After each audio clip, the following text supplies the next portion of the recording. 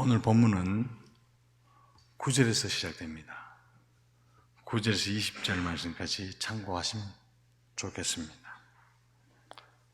오늘 본문에는 세 부류의 사람들이 세 차례 애가를 부르면서 시작합니다. 바로 9절에 왕들과 11절에 상인들과 17절에 선원들, 그들이 애가가 쭉 소개됩니다.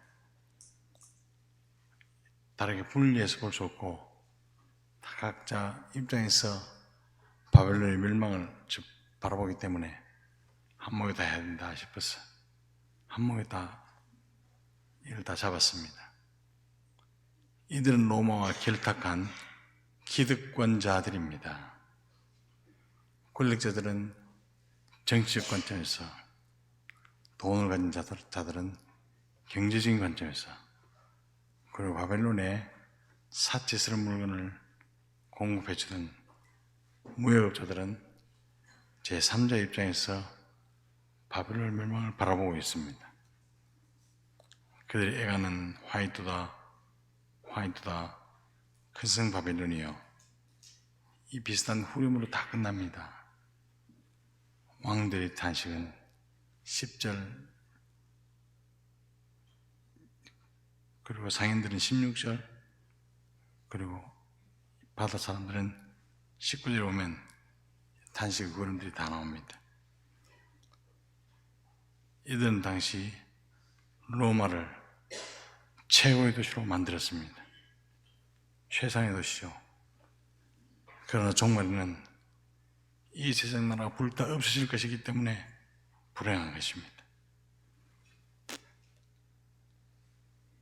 이 비탄의 노래는 에스겔서 26장, 27장, 28장 이 3장에 거쳐서 선포하신 드로이 파멜의 노래, 드로이 파멜의 노래에 기초하고 있습니다.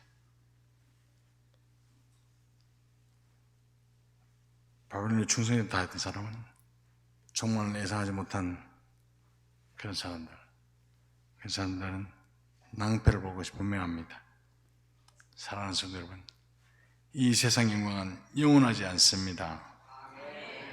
영원하지 않는 그것을 영혼을 팔아서 가며 그것을 쟁취하고 얻으려고 노력하지 마시기를 바랍니다. 왕들과 상인들과 선원들이 왜 애통합니까?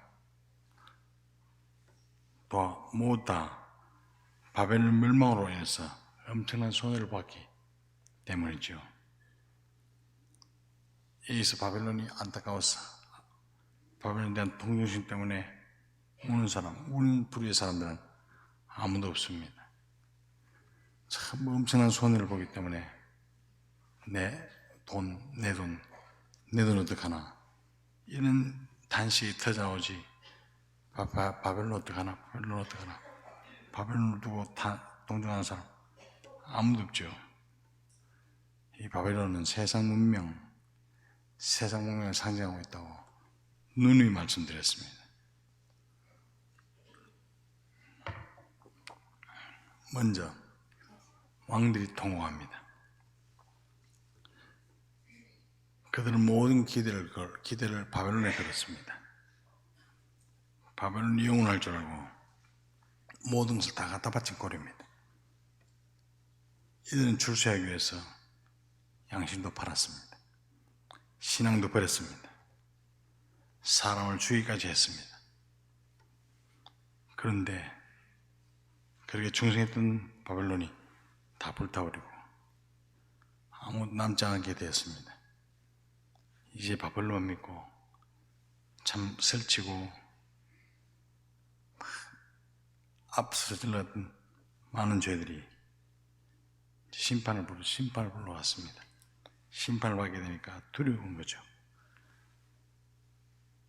다음으로 상인들이 애통합니다. 바벨론이 불타없어지고 더 이상 장사를 해서 돈 벌 수 있는 길이 막혔다, 사라져버렸다. 그 때문에 애통합니다. 바벨론 의지해서 부와 행복을 누리던 자들이 모두 다 이 바벨론이 함께 망하게 될 것을 믿으시기 바랍니다. 상인들은 돈이 모인 곳에 좋은 물건을 가져갑니다. 그래서 어떻게 보면 상인들이 필요하죠. 상인들이 필요합니다. 상인들이 돈이 모이는 곳에 좋은 물건을 가져가면 참 그 사람은 양심적인 사람이죠. 당시에 돈이요 다 바벨론으로 모였습니다. 다른 나라에서 빼앗아 온 전리품들도 있었고 세금들도 많이 거둬들였습니다. 돈도 바벨론으로 모이고 좋은 물건도 바벨론으로 모이는 그런 형국입니다. 12절 13절에 보면 상인들이 가져왔던 상품의 목록들 보면 우리 28가지나 됩니다. 28가지나 됩니다. 그 중에 눈에 띄는 것은 13절이에요. 종들과 사람들의 영혼들이라. 종들과 사람들의 영혼들이다. 이 말이 눈에 띕니다. 이 말은 원문성경을 보면 소마와 부식해 라는 단어인데 이것을 지어가면요 몸뚱아리 그리고 영혼 이런 식으로 구분이 됩니다. 몸뚱아리라는 표현은 당시에 상인들이 종들을 어떻게 지었는지 다 드러납니다. 몸뚱아리 하나에 얼마 이렇게 취급했을 뿐이죠. 몸뚱아리 하나에 얼마 몸이 튼튼하고 땐실하고 근육질이다 싶으면 값이 막 올라갑니다. 그리고 몸이 허약하고 왜소해 보이고 몸이 작으면 그 몸뚱아리의 값이 내려가는 거죠.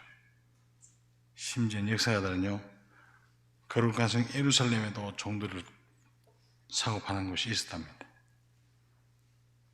종들은 단순히 몸뚱아리 이상은 아닙니다.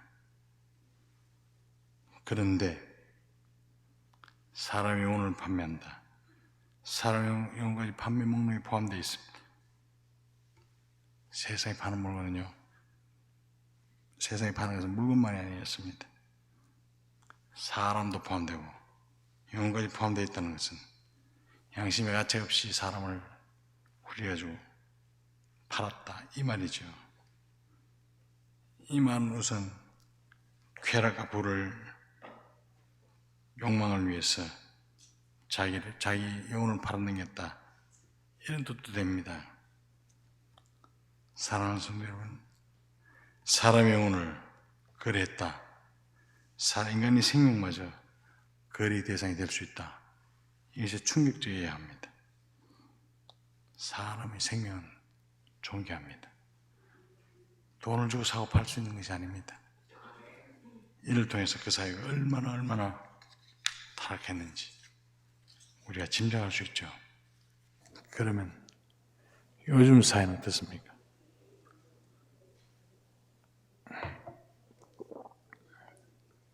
빚을 갚지 않는다고 콩팥을 떼내고 눈알을 파내고 성매매를 강요하잖아요. 돈 대신 장기 부위나 신체 부위를 받아가는 거죠. 다른 말을 하면 인간 생명이 거래의 대상이 되고 있는 이 시대 아닙니까? 놀랍지 않습니까, 여러분? 이 말씀이 기록된 대로 가고 있는 겁니다, 지금. 가고 있는 겁니다. 다른 측면으로는 물질과 쾌락을 위해서 정신줄을 다 놓는 마약, 게임 같은 것에 빠지는 것도 자기 영혼을 팔아버리는 것이다 라는 사실을 기억하시기를 바랍니다. 이 모든 것이 문명이라는 이름으로 인간들이 제공된 것들입니다. 마지막으로 무역업자들이 애통합니다. 바벨론의 멸망으로 땅의 상인들과 거래가 끊어졌기 때문에 이 선언을 무역업자들도 소망이 사라진 겁니다. 그들이 반응은 상인들의 반응은 비슷한데요. 15절 16절 같이 한번 읽어보겠습니다. 시작. 바벨론으로 말미암아 치부한 이 상품의 상인들이 그의 고통을 무서워하여 멀리 서서 울고 애통하여 이르되 화 있도다 큰 성이여 세마포 옷과 자주 옷과 붉은 옷을 입고 금과 보석과 진주로 꾸민 것인데. 아멘. 이들 역시요 바벨론이 불쌍하다 이런 동정심보다는 내 돈 경제적 손실이 크다 이런 측면에서 애통하고 있는 겁니다. 19세 그들도 바벨론을 통해서 부자가 됐는데 더 이상 치부할 수 없다. 그래서 애통하는 거지 그들이 바벨론을 불쌍히 했다 이건 아닙니다. 이 세 불의 애가가 모두 바벨론에 대한 동정심이 아니라 그들이 이익의 원칙을 찾았기 때문에 안타까워하는 이런 측면에서 비롯되었습니다. 우리 사랑하는 성도 여러분, 세상이 주는 기쁨은 언젠가는 사라집니다. 그래서 세상 것을 얻기 위해서 자기 영혼을 파는 어리석은 짓이랑 결국 행해서는 안 된다는 말입니다. 20절에는 바벨론의 멸망으로 기뻐하는 내용이 나옵니다. 기뻐하라. 하늘아, 성도들아, 선지자들아, 사도들아, 기뻐하라. 이 말이 나오죠. 이 한 절밖에 안 되지만 9절에 19절까지 나오는 애가와 대조를 이루는 부분입니다. 하늘과 성도들아, 사도들과 선지자들아, 그로 말미암아 즐거워하라. 그렇게 말씀합니다. 성도들은요, 신자들 그룹 전체를 말하고 사도들과 선지자들은 특별한 그룹을 말하죠. 사도들의 순교는 주 40년대 아그리파 1세에서 처형된 야고보로 시작되지만 이 노래는 사도 요한 당시에 부를 노래가 아니라 그리스도의 재림을 직전에 부를 노래임을 우리는 알아야 됩니다. 그리고 선자들이란 구약시대의 선자가 아니라 신약시대에 핍박받은 신약시대의 선자를 말합니다. 하나님이 그들을 신원하신 이유가 뭡니까? 세 번째 대접 나올 때 세 번째 대접에서 순교자들에 대한 기도의 응답일 뿐만 아니라 모든 시대의 모든 성도들에 대한 기도의 응답을 믿으시기 바랍니다. 사랑하는 성도 여러분, 하나님은 핍박받고 고난당하는 신만 성도들의 기도를 듣고 계신다는 사실을 명심하시기 바랍니다. 그런데 성도들 왜 즐거워해야 됩니까? 왜 우리 성도들은 즐거워해야 됩니까? 그 이유는 간단합니다. 왜냐하면요, 하나님께서 결국은 바벨론을 파멸하셨기 때문에 즐거워할 필요가 있죠. 이를 원문으로 보면 이렇습니다. 왜냐하면 하나님께서 너희들에게 대한 바벨론의 심판을 하나님이 심판하셨기 때문이다. 좀 복잡죠. 왜냐하면 하나님께서 너희들에 대한 바벨론의 심판을 하나님이 심판하셨기 때문이다. 이게 심판이라는 명사, 심판하다는 동사가 같이 나옵니다. 이것은 하나님께서 바벨론이 취했던 행동대로 심판하신다는 죄경 구절로 들어가는데, 다른 말로 하면 바벨론이 성들의 하나님에 대한 심판을 되돌려서 하나님께서 바벨론을 심판하시겠다, 이런 말씀이 됩니다. 사랑하는 성도 여러분, 우리는 뿌린 대로 얻는다는 말씀, 뿌린 대로 얻는다, 심은 대로 얻는다, 이 말씀 다시 한번 생각하게 됩니다. 바벨론 사체와 쾌락을 부렸습니다. 로마의 과소비는 유명했죠. 황제가 한 끼 먹는 돈으로 오늘 환산하면 매달 수십억이 됐답니다. 한 끼 먹는 바벨론의 식사, 로마의 식사, 황제의 식사 그 정도 됐답니다. 로마의 과소비는 대단했습니다. 우리가 세상에 욕망을 뿌리고 자기를 영화롭게 하는 교만을 뿌리면 결국은 하나님이 심판을 불러들이는 결과를 초래할 것입니다. 사랑하는 성도 여러분, 불의한 세상만으로 끝난다면 성도가 가장 세상에서 불쌍한 사람이죠. 그러나 새하늘과 새 땅이 올 것이라는 소망은 우리의 삶의 질을 달라지게 만들 것입니다. 사랑하는 성도 여러분, 곧 그날을 고대하면서 소망을 품고 살아가는 우리 모든 성도들 되시기를 주님의 이름으로 축복합니다. 기도하겠습니다.